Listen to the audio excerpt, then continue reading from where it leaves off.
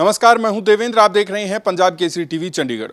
विधानसभा का मॉनसून सत्र का एक दिन का सेशन हुआ और उसमें कई बिल सरकार की तरफ से पास कर दिए गए, जिसके बाद विपक्षी विधायकों ने लगातार सरकार को निशाने पर लिया हुआ है।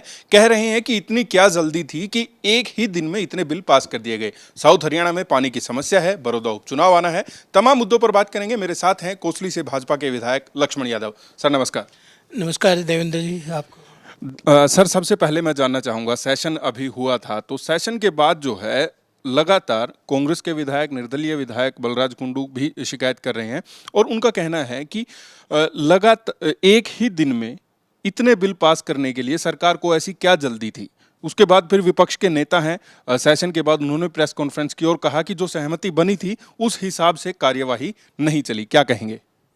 देखिए, एक तो सबसे बड़ी कोरोना महामारी है। आपको पता है सेशन लंबा चलने वाला था, लेकिन इस कोरोना की समस्या की वजह से आपने देखा उस दौरान माननीय मुख्यमंत्री जी भी कोरोना से ग्रस्त थे, संक्रमण से, और हमारे जो अध्यक्ष, विधानसभा अध्यक्ष स्पीकर साहब भी उस समय कोरोना से ग्रस्त थे। और ऐसे ही जैसे मूलचंद शर्मा जी हमारे मंत्री थे, ऐसे ही कई विधायक उससे संक्रमित थे। और दूसरा, विधानसभा में जो स्टाफ है वो भी बहुत ज़्यादा संख्या में संक्रमित थे। तो ऐसे हालात में लंबा समय सेशन चलाना बहुत बड़ा रिस्क था। इसीलिए इसी के मद्देनज़र रखते हुए एक दिन में ही सेशन समाप्त करना सरकार की मजबूरी रही।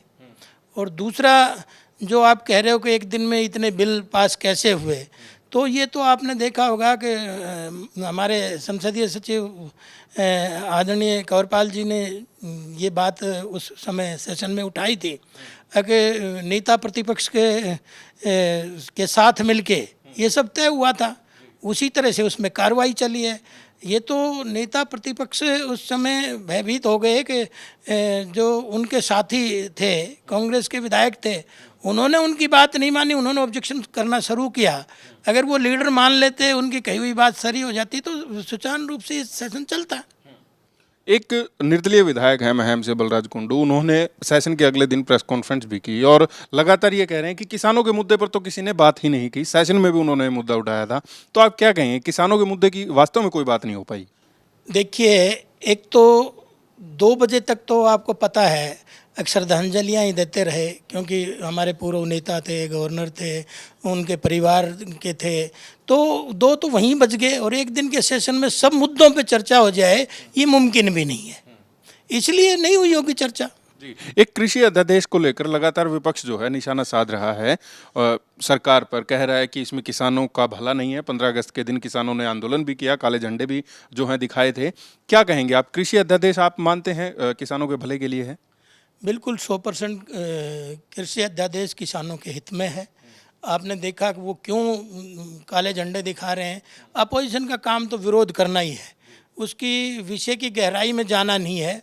किसी न किसी तरीके से एन कैन प्रकैन अपनी राजनीति चमकाने का काम कर रहे हैं।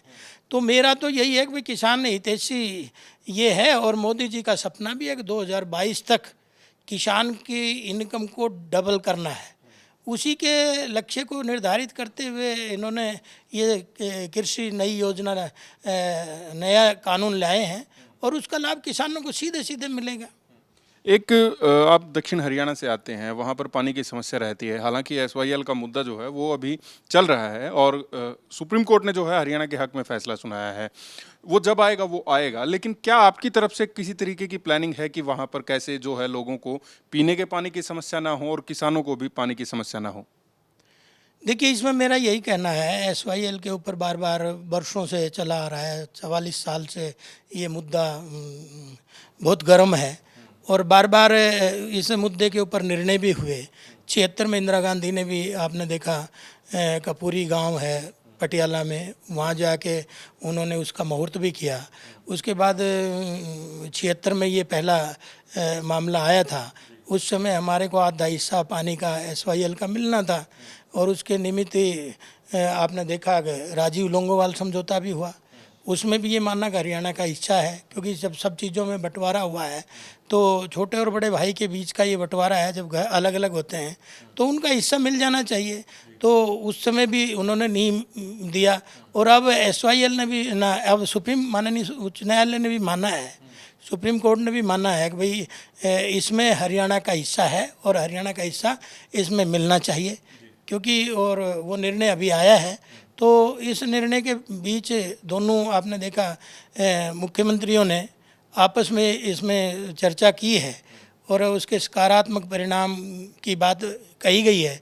तो मैं ये समझता हूँ कि जो चीज़ उलझी हुई है वो बातचीत से दूर हो सकती है, और उसमें माननीय मनोहर लाल जी का और कैप्टन अमरिंदर जी के प्रयास जारी हैं, और मुझे लगता है भविष्य में इसका फैसला जल्द आ जाएगा।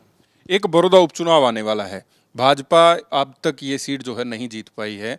कांग्रेस लगातार कह रही है कि इस सीट पर वही जीतेंगे। आपकी तरफ से, जजपा की तरफ से कहा जा रहा है कि गठबंधन इस चुनाव को जीतेगा। क्या कुछ तैयारियां हैं, क्या कुछ ड्यूटीज लगाई गई हैं, किस तरीके से चुनाव प्रचार चल रहा है?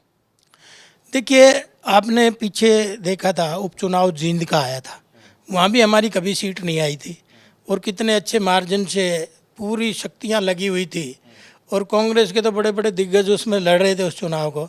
उसके बावजूद भी हमने जींद का चुनाव लड़ा था, जीता था।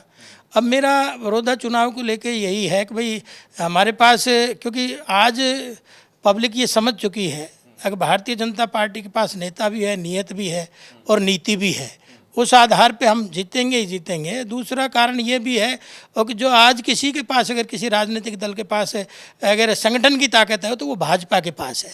आज आप देखेंगे वहाँ बूथ वाइज जब जाएंगे तो आज भाजपा कार्यकर्ताओं की ड्यूटी ऑलरेडी वहाँ लग चुकी है, क्योंकि माननीय हमारे मंत्री JP दलाल साहब इसके प्रभारी हैं, और वो इस कार्य को देख रहे हैं और उसका संचालन भी कर रहे हैं। समय समय पे कार्यकर्ताओं की लंबी चेन है, और जब हम कार्यकर्ताओं को बूथ वाइज लगा सकते हैं तो आप सोच सकते हो कि हमारा संगठन कितना बड़ा है। और जैसे मैंने शुरू में कहा, आज भारतीय जनता पार्टी के साथ कहीं का भी चुनाव हो, आज जनता उनके साथ खड़ी है, और ये चुनाव भी हम अच्छे से जीतेंगे। इसमें तो कति अतिशोक्ति नहीं है, और किसी को भ्रम पालने की भी ज़रूरत नहीं है। धन्यवाद यादव साहब।